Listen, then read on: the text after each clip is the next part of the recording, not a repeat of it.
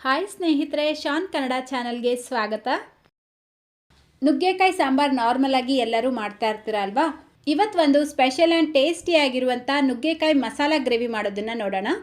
White rice, chapati, ರೊಟ್ಟಿ ಜೊತೆಗೆಲ್ಲ ಈ ಗ್ರೇವಿ ತುಂಬಾ ಟೇಸ್ಟಿಯಾಗಿರುತ್ತೆ. ಬನ್ನಿ ಇದನ್ನು ಮಾಡೋದು ಯಾವ ರೀತಿ ಅಂತ ನೋಡೋಣ. ಮೊದಲಿಗೆ ನಾನಿಲ್ಲಿ ನುಗ್ಗೆಕಾಯಿ, ಆಲೂಗಡ್ಡೆ ಮತ್ತು ಬದನೆಕಾಯಿನ ಕಟ್ ಮಾಡಿ ನೀರಲ್ಲಿ ಹಾಕಿಟ್ಕೊಂಡಿದ್ದೀನಿ. ನೆಕ್ಸ್ಟ್ ಈಗ ಒಂದು ಮಸಾಲೆ ರೆಡಿ ಮಾಡ್ಕೊಳ್ಳೋದಕ್ಕೆ ಒಂದು ಬ್ಲೆಂಡರ್ ಜಾರ್ಗೆ 1/4 ಕಪ್ ತೆಂಗಿನಕಾಯಿನ ಸೇರಿಸ್ಕೊಳ್ಳಿ. ಒಣ ಕೊಬ್ಬರಿ ಬೇಕಿದ್ರೂ ಉಪಯೋಗಿಸ್ಬೋದು.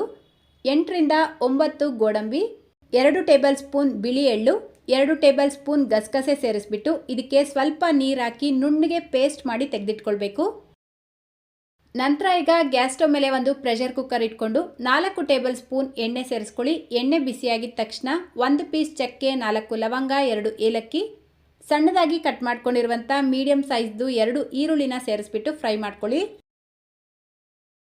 ನೋಡಿ, ಈರುಳ್ಳಿ ಬಣ್ಣ ಈ ರೀತಿ ಲೈಟಾಗಿ ಚೇಂಜ್ ಆಗ್ತಾ ಇದ್ದಂಗೆ ಇದಕ್ಕೆ 1 ಟೀ ಸ್ಪೂನ್ ಶುಂಠಿ ಬೆಳ್ಳುಳ್ಳಿ ಪೇಸ್ಟ್ ಹಾಕ್ಬಿಟ್ಟು ಫ್ರೈ ಮಾಡ್ಕೊಳ್ಳಿ. ಶುಂಠಿ ಬೆಳ್ಳುಳ್ಳಿ ಪೇಸ್ಟ್ ಸೇರಿಸ್ಕೊಂಡಿದ ನಂತರ ಒಂದು 2 ನಿಮಿಷ ಇದನ್ನು ಚೆನ್ನಾಗಿ ಫ್ರೈ ಮಾಡಿಕೊಂಡು ನಾವು ಮೊದಲೇ ಕಟ್ ಮಾಡಿ ನೀರಲ್ಲಿ ಹಾಕಿಟ್ಕೊಂಡಿರುವಂಥ ತರಕಾರಿಗಳನ್ನು ಸೇರಿಸ್ಕೊಳ್ಬೇಕು. ಇದಕ್ಕೇನೆ ರುಚಿಗೆ ತಕ್ಕಷ್ಟು ಉಪ್ಪು ಹಾಕ್ಬಿಟ್ಟು 1 ನಿಮಿಷ ಇದನ್ನು ಚೆನ್ನಾಗಿ ಹೈ ಫ್ಲೇಮಲ್ಲೇ ಮಿಕ್ಸ್ ಮಾಡಿಕೊಂಡು ಮೀಡಿಯಂ ಸೈಜ್ದು 1 ಟೊಮೆಟೊನ ಸೇರಿಸ್ಬಿಟ್ಟು ಫ್ರೈ ಮಾಡ್ಕೊಳ್ಳಿ. ಆಲೂಗಡ್ಡೆ ಮತ್ತು ಬದನೆಕಾಯಿ ಪೂರ್ತಿಯಾಗಿ ಆಪ್ಷನಲ್, ನಿಮಗೆ ಬೇಡ ಅಂದರೆ ಸ್ಕಿಪ್ ಮಾಡ್ಕೊಳ್ಬೋದು. ಬರೀ ನುಗ್ಗೆಕಾಯಿ ಉಪಯೋಗಿಸೇ ಮಾಡ್ಬೋದು. ಈಗ ಇದಕ್ಕೆ 1/4 ಟೀ ಸ್ಪೂನ್ ಅರಿಶಿನ, 1 ಟೀ ಸ್ಪೂನ್ ಅಚ್ಕಾರದ ಪುಡಿ, ಖಾರ ನಿಮ್ಗೆ ಎಷ್ಟು ಬೇಕೋ ಅಷ್ಟು ನೋಡಿಕೊಂಡು ಸೇರಿಸ್ಕೊಳ್ಬೋದು. 1 ಟೀ ಸ್ಪೂನ್ ಧನಿಯಾ ಪುಡಿ, ಅರ್ಧ ಟೀ ಸ್ಪೂನ್ ಜೀರಿಗೆ ಪುಡಿ ಸೇರಿಸ್ಬಿಟ್ಟು ಇದೆಲ್ಲವನ್ನು ಚೆನ್ನಾಗಿ ಮಿಕ್ಸ್ ಮಾಡ್ಕೊಳ್ಳಿ. ಈ ರೀತಿ ಚೆನ್ನಾಗಿ ಮಿಕ್ಸ್ ಮಾಡ್ಕೊಂಡಿದ ನಂತರ ಇದಕ್ಕೆ 1 ಕಪ್ ನೀರು ಹಾಕ್ಬಿಟ್ಟು ಒಂದು ಸಲ ಇದನ್ನು ಮಿಕ್ಸ್ ಮಾಡಿಬಿಟ್ಟು ಲಿಡ್ನ ಕ್ಲೋಸ್ ಮಾಡಿ ಹೈ ಫ್ಲೇಮಲ್ಲೇ 1 ವಿಷಲ್ ಕೂಗಿಸ್ಕೊಳ್ಬೇಕು. ನೀವು ಇದೇ ಪ್ರಾಸೆಸ್ನ ಬೇಕಿದ್ರೆ ಪಾತ್ರೆಯಲ್ಲೂ ಮಾಡ್ಕೊಳ್ಬೋದು. ನೋಡಿ, ಕರೆಕ್ಟಾಗಿ 1 ವಿಷಲ್ ಕೂಗಿಸ್ಕೊಂಡಿದ್ದೀನಿ. 1 ವಿಷಲ್ಗಿಂತ ಜಾಸ್ತಿ ಕೂಗಿಸ್ಕೊಳ್ಬಾರ್ದು. ಈಗ ಮತ್ತೆ ಗ್ಯಾಸ್ ಸ್ಟವ್ನ ಆನ್ ಮಾಡಿಕೊಂಡು ನಾವು ಮೊದಲೇ ರುಬ್ಬಿಟ್ಕೊಂಡಿರುವಂಥ ಮಸಾಲೆ ಪೇಸ್ಟ್ ಹಾಕ್ಬಿಟ್ಟು ಒಂದು ಸಲ ನೀಟಾಗಿ ಮಿಕ್ಸ್ ಮಾಡಿ ಲೋ ಫ್ಲೇಮ್ನಲ್ಲೇ 10 ನಿಮಿಷ ಕುದಿಯೋದಕ್ಕೆ ಬಿಡಬೇಕು.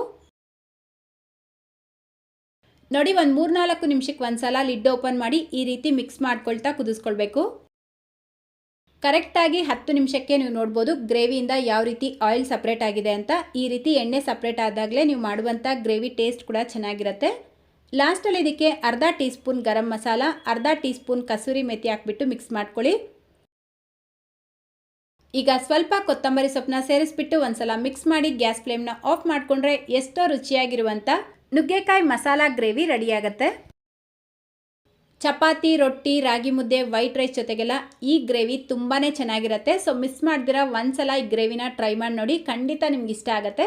ಅಷ್ಟೇ, ಇವತ್ತಿನ ರೆಸಿಪಿ ನಿಮ್ಗೆ ಇಷ್ಟ ಆಗಿದ್ರೆ ಪ್ಲೀಸ್ ಈ ವಿಡಿಯೋಗೊಂದು ಲೈಕ್ ಮಾಡೋದನ್ನು ಮರಿಬೇಡಿ. ನಿಮ್ಮ ಫ್ರೆಂಡ್ಸ್ ಮತ್ತು ಫ್ಯಾಮಿಲಿಯವ್ರ ಜೊತೆಗೂ ಈ ವಿಡಿಯೋನ ಶೇರ್ ಮಾಡ್ಕೊಳ್ಳಿ. ನಮ್ಮ ಚಾನಲ್ನ ಇದೇ ಮೊದಲನೇ ಸಲ ನೋಡ್ತಾ ಇದ್ದರೆ ಸಬ್ಸ್ಕ್ರೈಬ್ ಮಾಡಿಕೊಂಡು ಬೆಲ್ಲೈಕನ್ನ ಕ್ಲಿಕ್ ಮಾಡ್ಕೊಳ್ಳೋದನ್ನು ಮರಿಬೇಡಿ ಅಂತ ಹೇಳ್ತಾ, ಇದೇ ರೀತಿ ಮತ್ತೊಂದು ರೆಸಿಪಿಯೊಂದಿಗೆ ಸಿಗೋಣ. Thank you.